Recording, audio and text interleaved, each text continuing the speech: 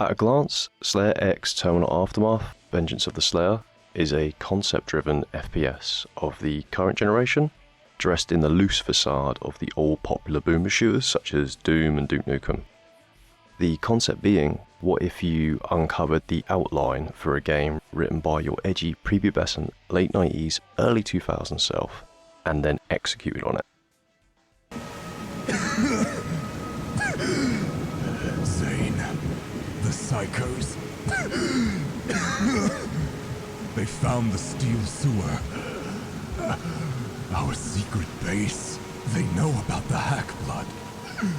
You must stop them. A holistic 90s and 2000s media mashup.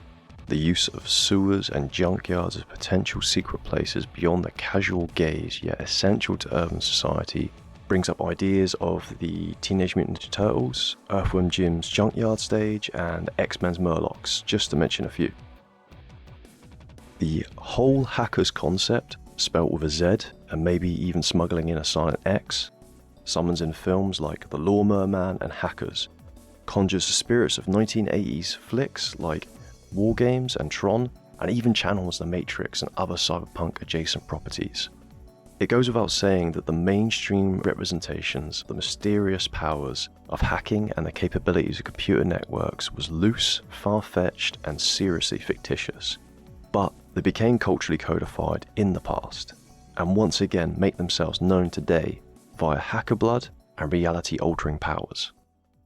We also have injections of nu metal, like the Limp Bizkit style Slayer X for stage completion, and the Needlehead enemies doing vocalizations similar to Korn's Jonathan Davies.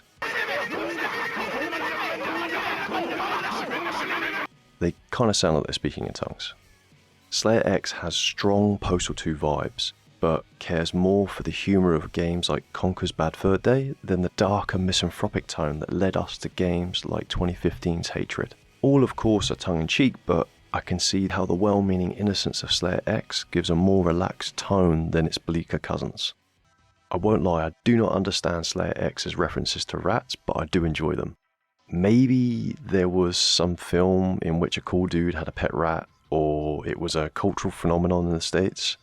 I do follow a YouTuber called Grimbeard, who also makes references to rats a lot. Was it a common thing for old kids to own pet rats? Please educate me in the comments, because I'm pretty lost here.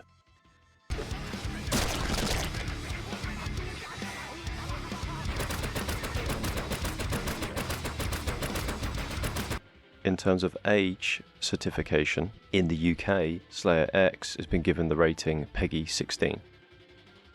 Mostly I would say the game is right for a casual run through. From what I have seen, it's not going to put up much of a challenge, nor is it aiming to do so. Instead, it leans into its humour, its vibe, and light brisk gameplay. Demographic-wise, if you're a gaming boomer from Generation X, then meet your illegitimate offspring. Millennials of a metalhead persuasion should feel right at home, and I'm sure Zoomers can non-ironically appreciate the irony.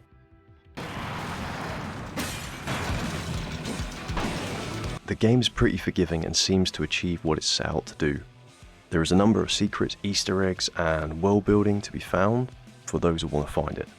There is a level of mirth and glee the game faces itself with, both mechanically and artistically.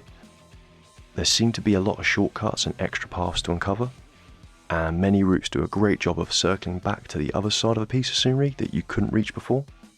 This all preventing the map design from feeling like a straight line dungeon crawl. And of course I can't deny I do enjoy the soundtrack. It's not the centerpiece of the game, but it serves it well.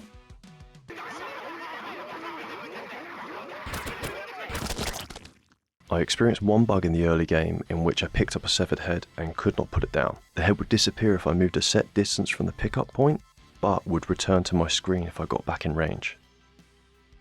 The game possibly suffers a bit on the Xbox when played with a control pad, and might be better suited to the strafe aiming offered by a mouse and keyboard, but it does not seem to be a real issue. I thought they evacuated town. I don't know, Zane. I could ask you the same question. I hope your mom knows you're out past your little bedtime. I would fire you if I wasn't banging her. Slayer X is not a peer of Metal Gear Solid, Silent Hill, or Dark Souls. It is, however, an interesting title that can be picked up and put down at the player's discretion. It brings up a simple concept which I look forward to seeing replicated by other game developers in the near future.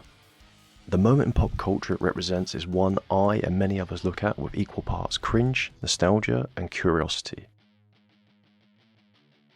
I